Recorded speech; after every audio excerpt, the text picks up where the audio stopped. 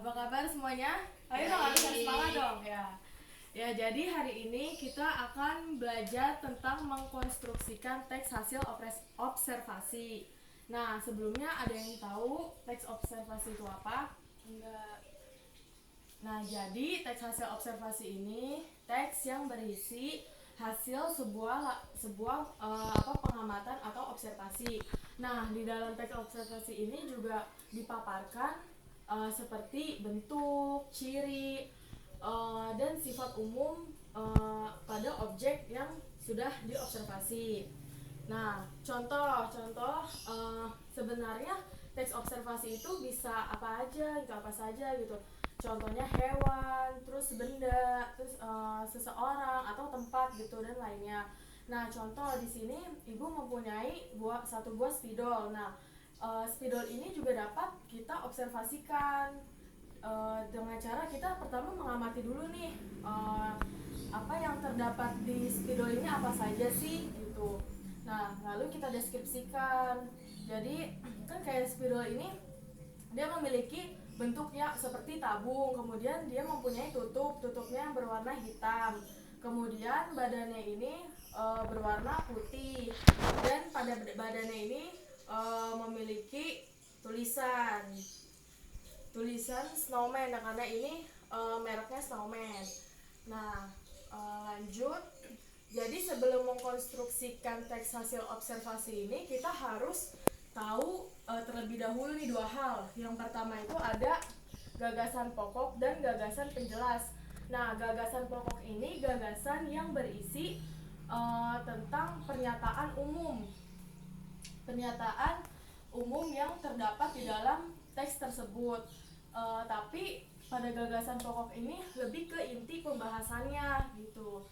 Dan yang gagasan penjelas ini merupakan gagasan yang sifatnya ini memperkuat si gagasan pokok gitu. Jadi ini gagasan penjelasnya berisi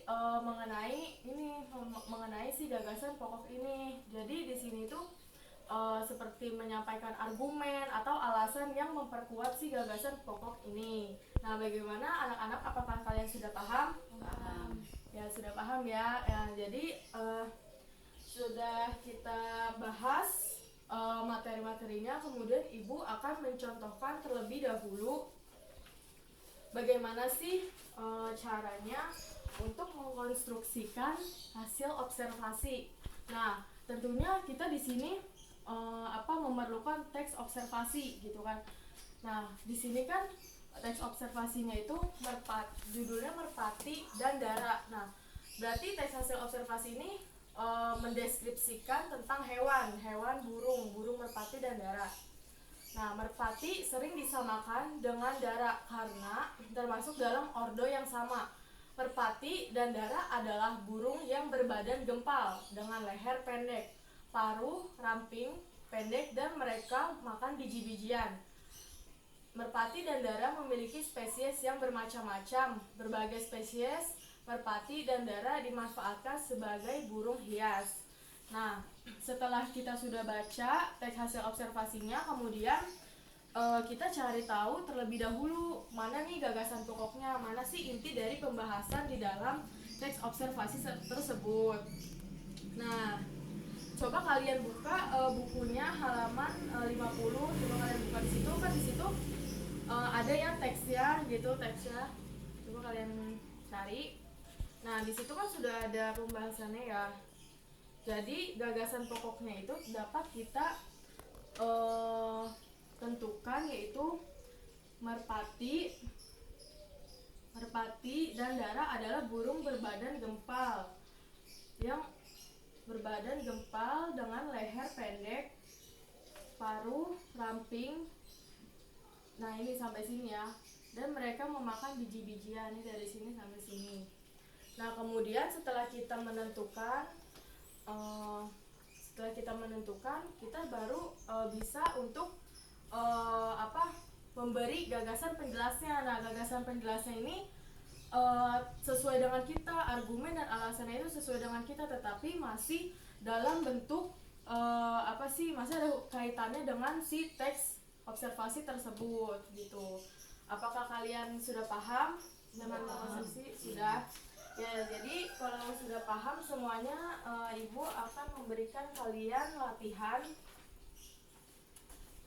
Ini Ibu cuman ini ya, hanya memberikan satu contoh biar kalian juga bisa terbiasa. Nah, ya silakan dikerjakan, waktunya 10 menit ya. Ya, bagaimana anak-anak? Apakah kalian sudah menyelesaikannya? Sudah. Sudah? Ya, siapa yang ingin maju ke depan untuk memaparkan jawabannya? Ayo, siapa? Ya, silakan Kamila maju ke depan. Sini Kamila. Ya, tolong diperhatikan ya. Ini semua nomornya, Bu. Ya. Jadi nomor 1 pertanyaannya, jelaskan apa yang dimaksud dengan teks observasi. Jadi teks laporan hasil observasi adalah teks yang berisi penjabaran umum atau melaporkan sesuatu berupa hasil dari pengamatan observasi.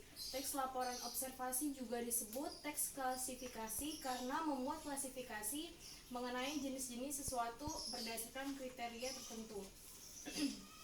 Kemudian yang soal nomor 2, jelaskan perbedaan gagasan pokok dan gagasan penjelas pada teks observasi. Gagasan pokok adalah pokok masalah yang mendasari cerita yang bersifat abstrak atau implisit atau kata-kata kunci yang terdapat dalam kalimat utama. Sedangkan gagasan penjelas adalah gagasan yang fungsinya menjelaskan gagasan utama. Gagasan penjelas berisi penjelasan dari topik utama yang dibahas di paragraf gagasan utama. Kemudian pertanyaan ketiga, dibaca nggak? Nggak usah, langsung aja ke jawabannya. Gagasan pokoknya apa dan penjelasnya apa? Jadi yang ketiga ini, gagasan pokoknya adalah kelinci tergolong hewan mamalia dari family Leporidae. Kemudian gagasan penjelasnya itu ada 2. Yang pertama, kelinci dapat ditemui dengan mudah di bermacam-macam belahan dunia. Kelinci yakini hewan liar yang hidup di Afrika hingga ke daratan Eropa. Kelinci dibagi menjadi 2 klasifikasi, yakni kelinci bebas dan kelinci peliharaan. Kemudian yang kedua, kelinci memiliki 2 macam bulu, yaitu berbulu panjang dan berbulu pendek.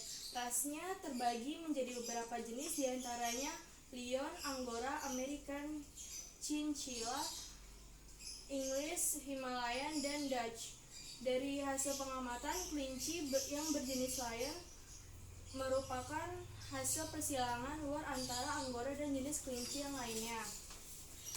Kemudian ada yang ketiga, kelinci selalu diidentikan dengan wortel sebagai makanannya. Namun dari hasil pengamatan, kelinci dapat memakan sayur-sayuran hijau, rumput, umbi-umbian, dan pelet khusus untuk kelinci.